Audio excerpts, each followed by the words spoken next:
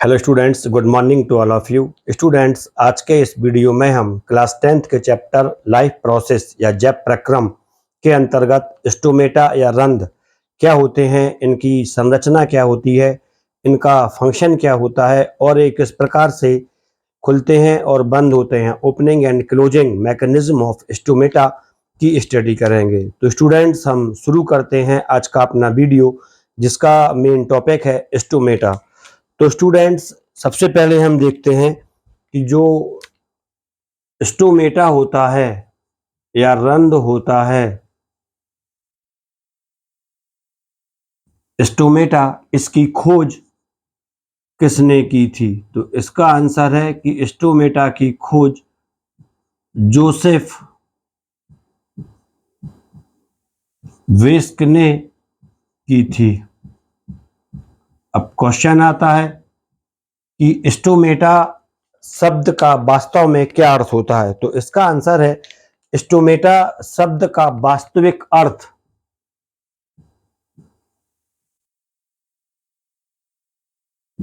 मुख होता है, ग्रीक भाषा में माउथ होता है, या जिसे हम एक स्मॉल ओपनिंग भी कह सकते हैं, होता है। लेकिन हिंदी में स्टोमेटा शब्द का अर्थ रंध्र से लिया जाता है।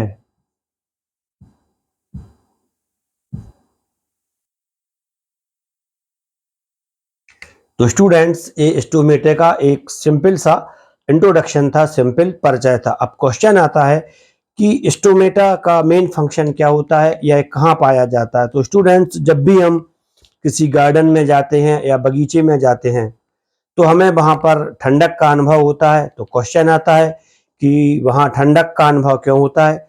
इसी प्रकार जब हम फोटोसिंथेसिस या प्रकाश संश्लेषण के बारे में स्टडी करते हैं तो एक सिंपल सा क्वेश्चन आता है कि पौधे या प्लांट कार्बन डाइऑक्साइड किस प्रकार से लेते हैं और ऑक्सीजन को किस प्रकार से छोड़ते हैं? क्या इन गैसों को लेने के लिए पौधों में कोई विशिष्ट अंग होते हैं, कोई स्पेशल ऑर्गेन्स होते हैं? तो इसका आंसर है हाँ, ये दोनों प्रोसेस, गार्डन में ठंडक का उत्पन्न होना और पौधों के द्वारा गैसियस एक्सचेंज, गैसीय विनिमय करना, दोनों स्टोमेटा या रंध्र के कारण होते हैं। तो स्टूडेंट्स, अब पुनः क्वेश्चन आता है कि हम स्टोमेटा किसे कहते हैं और स्टोमेटा को किस प्रकार से परिभाषित कर सकते हैं? तो स्टोमेटा की परिभाषा या डेफिनेशन हम निम्न प्रकार से दे सकते हैं।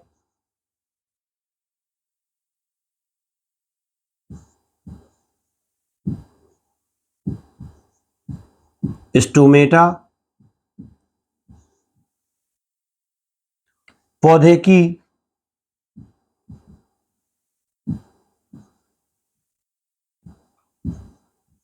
पत्तियों में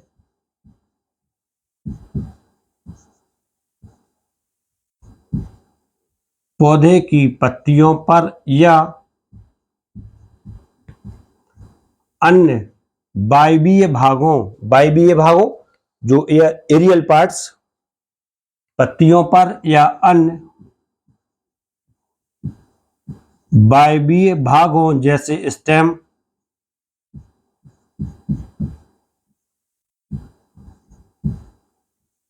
भागों पर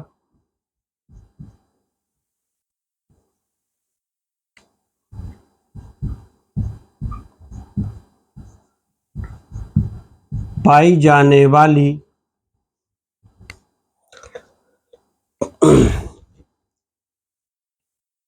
छोटी छोटी छिद्र नुमा संरचना को, नुमा मीन्स छिद्र जैसी, पोर लाइक, छिद्र नुमा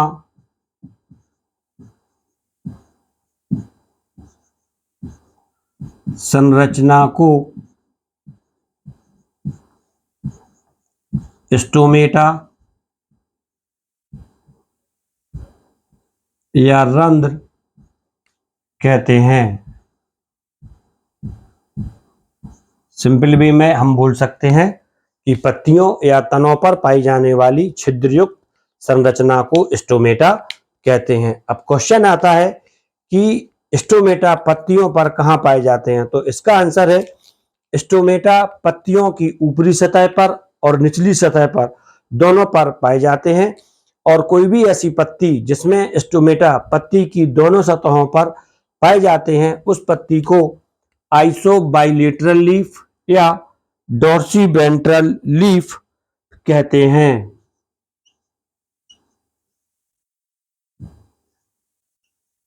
द्विपार्श्वीय पत्ती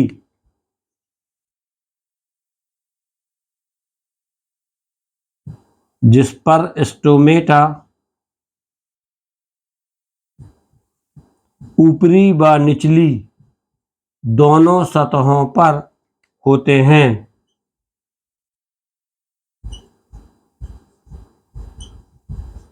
ऊपरी व निचली दोनों सतह पर पाए जाते हैं। ऐसी पत्ती डॉर्सीवेंट्रल लीफ कहलाती है।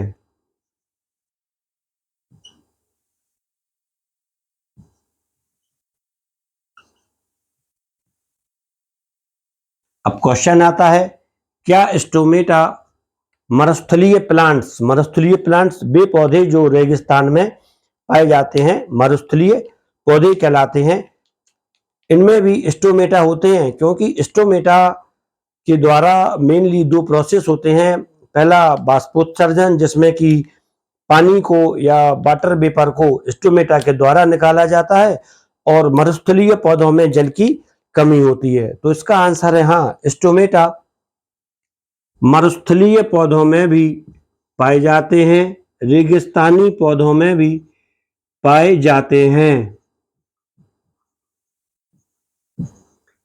लेकिन इन्हें संकिन स्टोमेटा कहते हैं। अर्थात मरुस्थलीय पौधों में पाए जाने वाले स्टोमेटा के लिए संकन स्टोमेटा कहते हैं, क्योंकि ये पत्तियों के बीच में धसे हुए पाए जाते हैं, जबकि दूसरी पत्तियों पर ये कुछ उभरे हुए रहते हैं। मरुस्थलीय पौधों में भी पाए जाते हैं,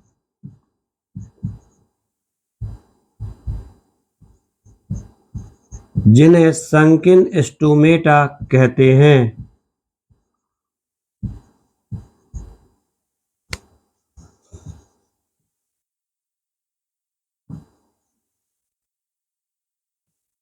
एग्जाम्पल कैक्टस या नागफनी,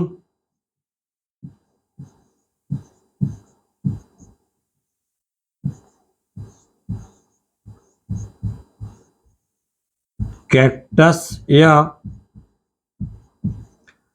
नागफनी और कैजुराइना एक प्लांट है, कैजुराइना, इनमें संकिन स्टोमेटा पाए जाते हैं। इसके अलावा यदि आप देखते हैं कि जो पौधे होते हैं ये मुख्यतः दो प्रकार के होते हैं, द्विबीजपत्री और एकबीजपत्री, मोनोकोटिलिडनस और डाइकोटिलिडनस। तो इनमें भी क्या स्टोमेटा में कोई डिफरेंस होता है, तो इसका आंसर है हाँ, इन दोनों पौधों की पत्तियों में जो स्टोमेटा का अरेंजमेंट होता है, जो स्टोमेटा का विन्यास होता है पाए जाने का, उसमें डिफरेंस होता है। जो द्विबीजपत्री प्लांट होते हैं, डाइकोटिलिडनस प्लांट होते हैं, डाइकोट पौधे होते हैं,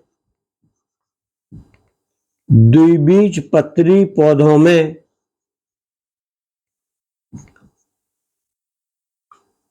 स्टोमेटा बिखरे हुए पाए जाते हैं। कहां पे पाए जाएंगे? पत्तियों पर। इसको लिख सकते हैं द्विबीजपत्री पौधे की पत्तियों पर बिखरे हुए स्कैटर्ड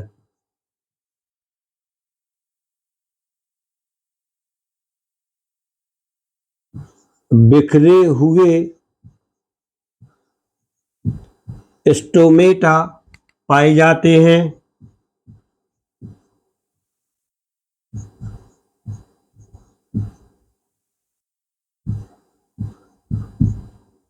जबकि एक बीजपत्री पौधे की पत्तियों पर जो स्टोमेटा होते हैं वह लाइनों में व्यवस्थित रहते हैं।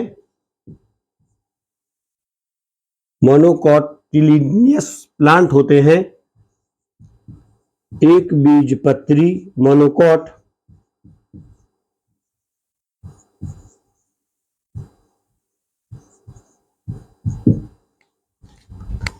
पौधे की पत्तियों पर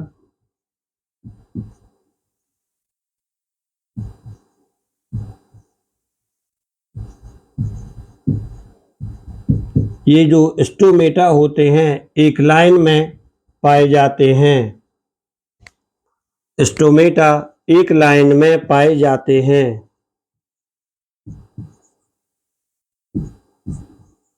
ये स्टोमेटा का एक सिंपल इंट्रोडक्शन था। अब क्वेश्चन आता है कि जो स्टोमेटा होते हैं इनकी संरचना कैसी होती है और ये कब खुलते हैं और कब बंद होते हैं।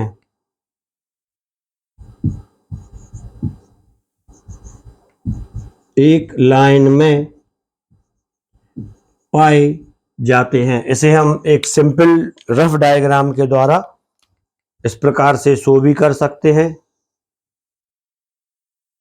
ये द्विबीजपत्री प्लांट की लीफ रहेगी जिसमें स्टोमेटा स्कैटर्ड रहेंगे और ये एक बीजपत्री प्लांट की लीफ रहेगी जिसमें स्टोमेटा एक लाइन में पाए जाते हैं। यहाँ पे आपको क्लियर करने के लिए लाइन बना दी है, आप कहीं से भी देख लें। इस तरह से भी लाइन में है और इस तरह से भी लाइन में आ जाते हैं।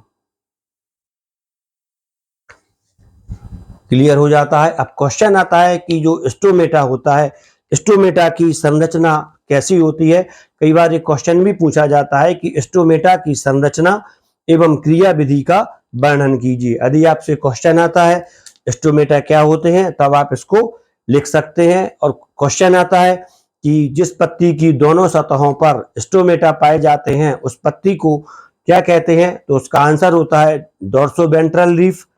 क्वेश्चन आता है कि संकीर्ण स्टोमेटा किसे कहते हैं या धसे हुए स्टोमेटा किसे कहते हैं, तब आप उसका आंसर लिख सकते हैं कि मरुस्थलीय पौधों की पत्तियों पर पाए जाने वाले स्टोमेटा को संकीर्ण स्टोमेटा कहते हैं क्योंकि ये पत्तियों की सतह में धसे हुए पाए जाते हैं। आप एक बीजपत्री और द्विबीजपत्री में एक अंतर भी स्टोमेटा के आधार पर लिख सकते हैं। तो स्टूडेंट्स यहाँ पर आपके ये टॉपिक क्लियर हो जाते हैं। इसके बाद स्टोमेटा की संरचना क्या होती है हम इसकी स्टडी करते हैं।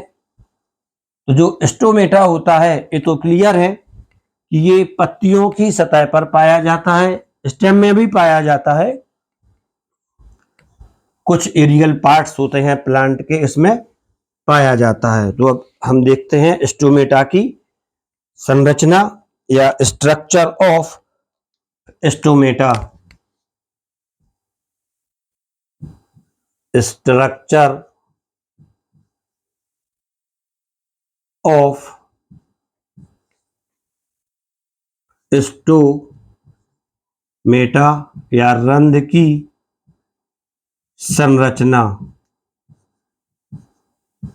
स्टूडेंट्स स्टोमेटा की संरचना या रंध्र की संरचना काफ़ी सरल है जिसे हम सिंपल वे में सामान्य तरह से काफ़ी आसानी से समझ सकते हैं। स्टोमेटा में जो सबसे पहली संरचना होती है ये कहलाती है स्टोमेटल पोर। इस तरह की एक संरचना होती है जिसको स्टोमेटा छिद्र भी कहते हैं।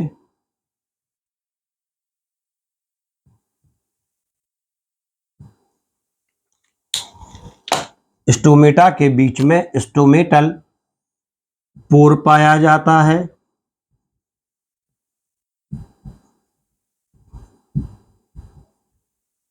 स्टोमेटा छिद्र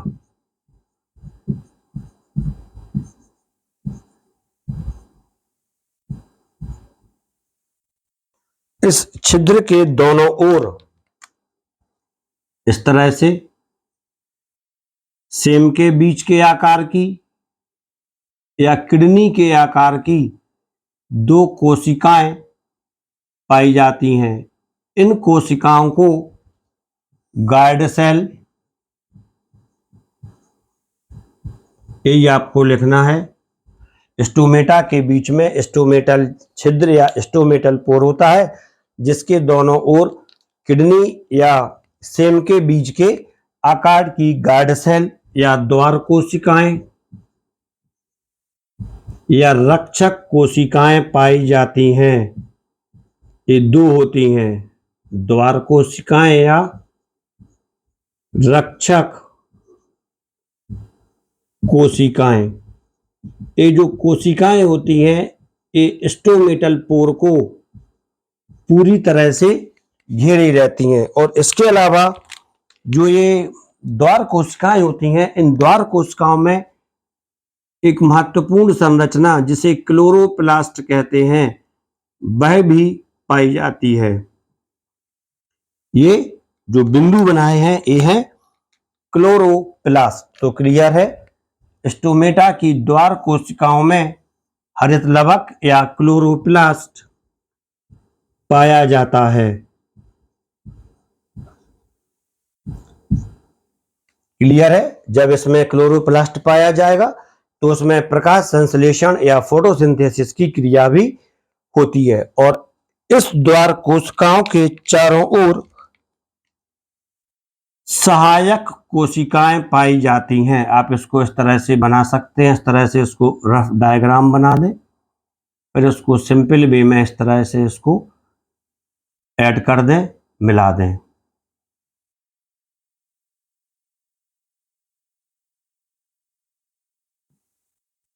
ये एसेसरी सेल्स कहलाती हैं या द्वार नहीं, एसेसरी सेल्स, सहायक कोशिकाएं, ये इनका केंद्रक।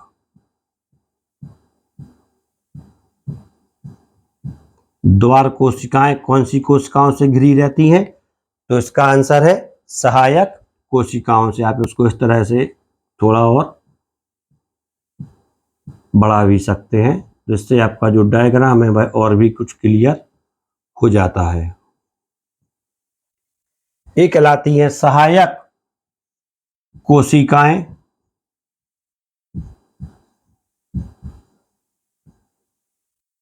या एसेसरी सेल्स।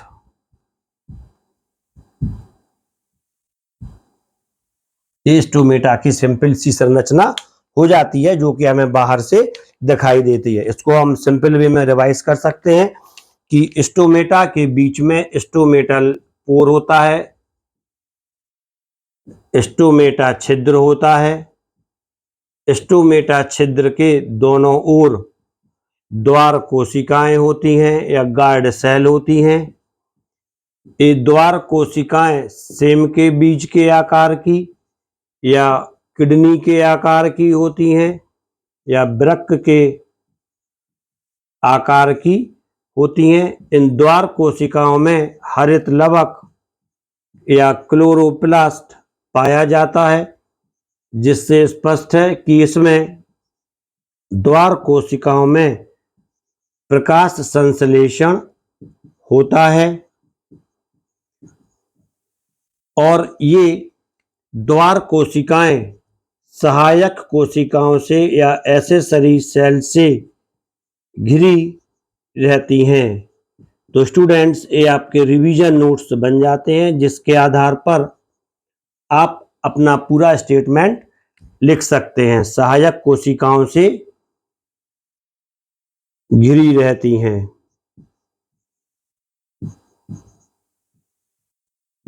इसका एक सिंपल स्ट्रक्चर हो जाता है। इसके बाद यदि हम इसको थोड़ा और देखते हैं, इसको हम एलएस में देखें, लंबवत काट में देखते हैं, तब जो स्टोमेटल पोर होता है इस तरह से दिखाई देता है। इसको इस तरह से काटें तो ये कहलाता है स्टोमेटल पोर।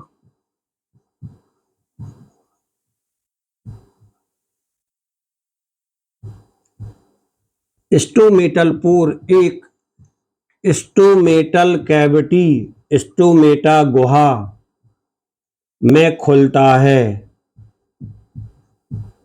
स्टोमेटल पोर एक स्टोमेटल कैविटी में खुलता है और जो स्टोमेटल कैविटी होती है इसके चारों ओर कोशिकाएं पाई जाती हैं। इस तरह से ये कोशिकाएं पाई जाती हैं और इन कोशिकाओं के बीच बीच में एक अंतर कोशिकीय स्थान होता है। तो जो स्टोमेटल कैविटी होती है यह अंतर कोशिकीय स्थान से संबंधित रहती है, इंटरसेलुलर स्पेस से जुड़ी हुई रहती है और अंतर कोशिकीय स्थान में जो वाटर वेपर आती है वह स्टोमेटल कैविटी में जाएगी। जल वाष्प या वाटर वेपर और स्टोमेटल कैविटी में आने के बाद स्टोमेटल पोर में जाती है। स्टोमेटल कैविटी के बाद स्टोमेटल पोर यदि ओपन होगा तब यह जल वाष्प स्टोमेटा से बाहर निकल जाती है और जल वाष्प के बाहर निकलने को हम बाष्पोत्सर्जन कहते हैं, ट्रांसपीरेशन कहते हैं। तो स्टूडेंट्स ये स्टोमेटा की संरचना हो जाती है। अब यहाँ पर क्वेश्चन आता है कि अभी आपने बोला स्टोमेटा खुला होगा या ओपन होगा, तो क्वेश्चन आता है कि स्टोमेटा कब ओपन होता है और कब क्लोज होता है। तो स्टूडेंट्स अभी हम देखते हैं कि स्टोमेटा की जो ओपनिंग कंडीशन है वह कौन सी होगी और स्टोमेटा की जो क्लोज्ड कंडीशन है वह कैसी होती है। तो सबसे पहले देखते हैं स्टोमेटा की ओपन कंडीशन। ये जो कंडीशन है स्टोमेटा की ये ओपन कंडीशन है। इस तरह से आप देखें जब ये स्टोमेटल पोर के पास की जो द्वार कोशिकाएं होती हैं जब ये टर्गेट होती हैं, फूली हुई रहती हैं, इस तरह से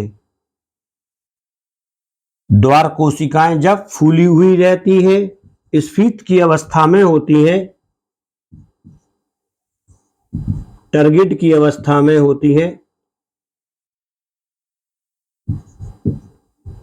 जब द्वार कोशिकाएं या गार्ड कोशिकाएं या रक्षक कोशिकाएं फूली हुई अवस्था में होती हैं, टर्गेट अवस्था में होती हैं,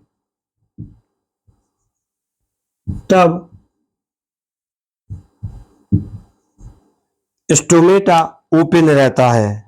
जब द्वार कोशिकाएं फूली हुई अवस्था में है स्टोमेटा ओपन होता है और जब ये द्वार कोशिकाएं पिचकी हुई अवस्था में होती हैं, फ्लैसिड या स्लथ अवस्था में होती हैं, तब स्टोमेटा क्लोज्ड कंडीशन में होता है, बंद कंडीशन में होता है। पिचकी हुई फ्लैसिड, फ्लैसिड के लिए भी हम इसको सिंपल वे में समझ सकते हैं, इसको यहाँ पे ये बनाने की जरूरत नहीं थी। क्लोरोप्लास्ट इस तरह से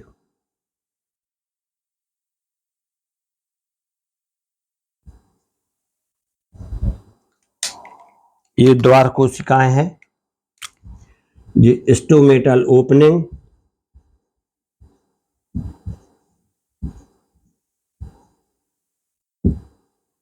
और ये दोनों हैं द्वार कोशिकाएं। तो जब द्वार कोशिकाएं पिचकी हुई अवस्था में होती हैं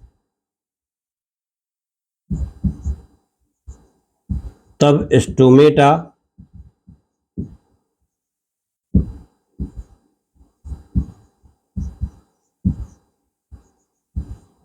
बंद होता है, क्लोज्ड होता है। तो ये इस तरह से ओपन होता है और इस तरह से स्टोमेटा क्लोज्ड होता है। तो क्लियर है स्टोमेटा का खुलना और बंद होना किस पर डिपेंड करता है।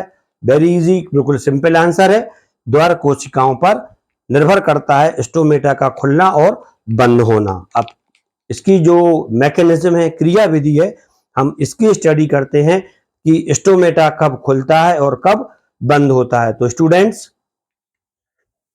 इसके बाद हम देखते हैं opening and closing of stomata. ये टॉपिक यहां तक आपकी समझ में सिंपल वे में आ गया होगा।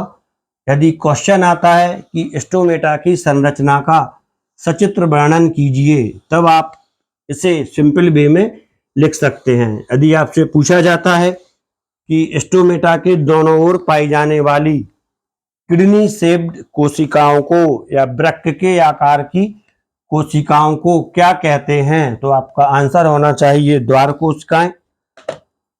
स्टोमेटा की कौन सी कोशिकाओं में क्लोरोप्लास्ट पाया जाता है, तो क्लियर है, आंसर होगा द्वार कोशिकाएं। द्वार कोशिकाएं कौन सी कोशिकाओं से घिरी रहती हैं, आंसर होना चाहिए सहायक कोशिकाएं। तो स्टूडेंट्स, इसके बाद स्टोमेटा के खुलने व बंद होने की क्रियाविधि। स्टोमेटा का खुलना व बंद होना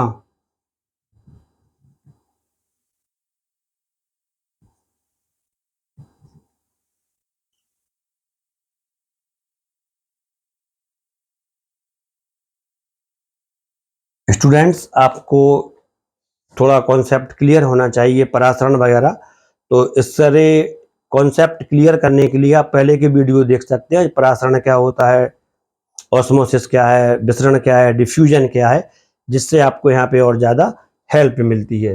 opening and closing of stomata.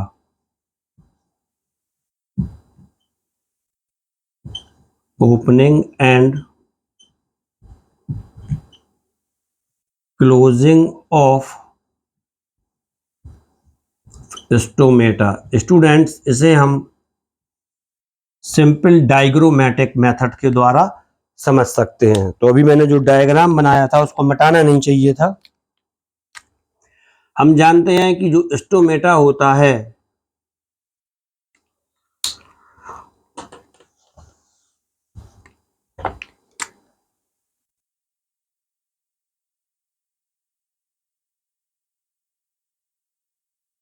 ये स्टोमेटा की भीतरी भित्ति होती है और ये वाली स्टोमेटा की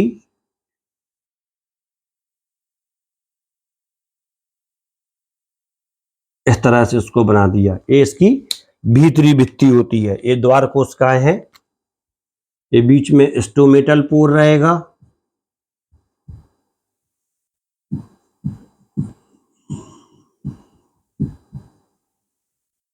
स्टोमेटल पोर, ये जो पूरी बनाई है जिस तरह से, ये द्वार कोशिका है।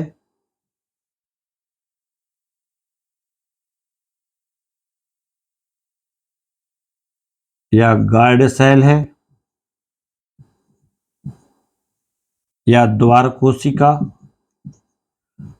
पैसेंस या धैर्य के साथ इसको आपको समझना है। और द्वार कोशिकाओं के अंदर क्लोरोप्लास्ट होता है, ये क्लोरोप्लास्ट हो गया, इसको ब्लू से बना दिया। अब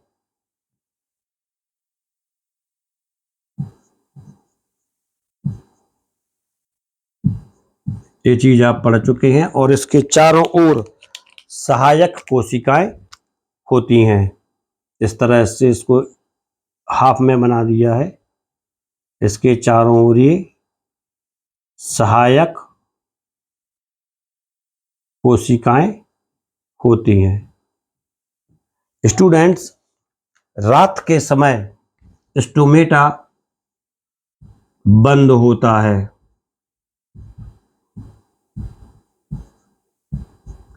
रात के समय स्टोमेटा बंद रहता है। क्वेश्चन आता है स्टोमेटा रात के समय बंद क्यों रहता है, और स्टोमेटा दिन के समय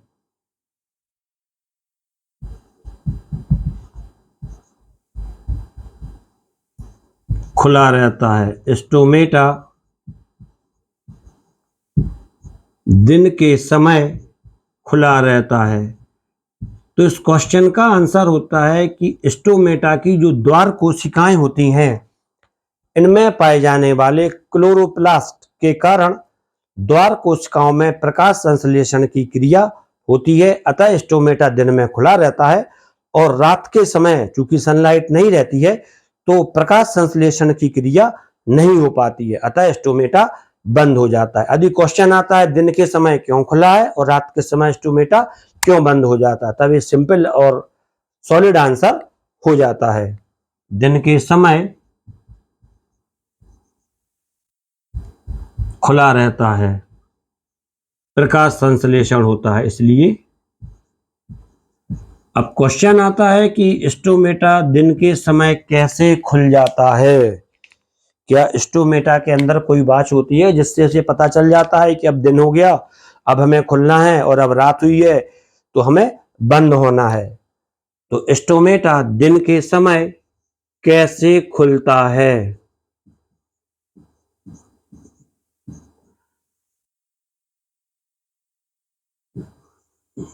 तो हम जानते हैं जैसे ही दिन होता है,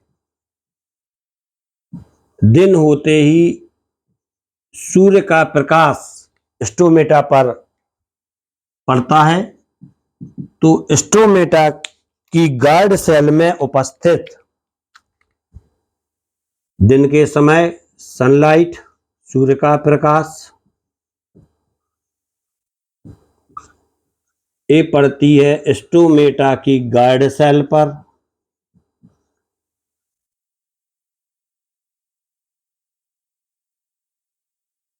तो गार्ड सेल में उपस्थित क्लोरोप्लास्ट में, हरित लवक में प्रकाश संश्लेषण की क्रिया होने लगती है, फोटोसिंथेसिस शुरू हो जाता है। और जब गार्ड सेल में फोटोसिंथेसिस होगा, प्रकाश संश्लेषण होगा, तो गार्ड सेल में किसका निर्माण होने लगेगा? इसका आंसर होता है ग्लूकोज का। प्रकाश संश्लेषण होने लगता है जिससे गार्ड सेल में ग्लूकोज का निर्माण होने लगता है। और जैसे ही ग्लूकोज का निर्माण गार्ड सेल में होता है, गार्ड सेल में उपस्थित कोशिका द्रव्य की सांद्रता बढ़ जाती है। गार्ड सेल की कोशिका द्रव्य की सांद्रता बढ़ जाती है, इसकी गाढ़ा हो जाता है, सांद्रता बढ़ जाती है। और जैसे ही सांद्रता बढ़ती है, ग्लूकोज नहीं, गार्ड सेल को घेरने वाली सहायक कोशिकाएं, एसेसरी सेल्स से जो वाटर होता है, सहायक कोशिकाओं का जो जल होता है, वह परासरण के द्वारा गार्ड सेल में प्रवेश कर जाता है। जल परासरण के द्वारा, ऑस्मोसिस के द्वारा गार्ड सेल में प्रवेश कर जाता है और गार्ड सेल फूल जाती है, टर्गिड हो जाती है। सीधी सी बात है, जैसे ही बैलून में हम पानी भरते हैं तो बैलून फूल जाता है, उसी प्रकार गार्ड सेल भी फूल जाती हैं, तो ये टर्गिड हो जाती हैं और स्टोमेटा खुल जाता है। यहाँ पर आपको एक चीज और देखना है कि जो गार्ड सेल होती हैं, इनकी जो बाहरी झिल्ली होती है, आउटर मेम्ब्रेन, ये लचीली होती है, और जो भीतरी झिल्ली होती है ये वाली, ये भीतरी झिल्ली कुछ हार्ड होती है, लचीली नहीं होती है। क्लियर हो जाता है, स्टोमेटा ओपन हो जाता है और रात के समय सनलाइट जाती है, इसका जस्ट अपोजिट हो जाएगा। तो जो स्टोमेटा की गार्ड सेल है, इनमें क्लोरोप्लास्ट होता है जिसमें प्रकाश संश्लेषण रुक जाता है, तो कोशिका द्रव्य की सांद्रता यहाँ पे दिन में बढ़ती है, रात के समय सांद्रता घट जाती है।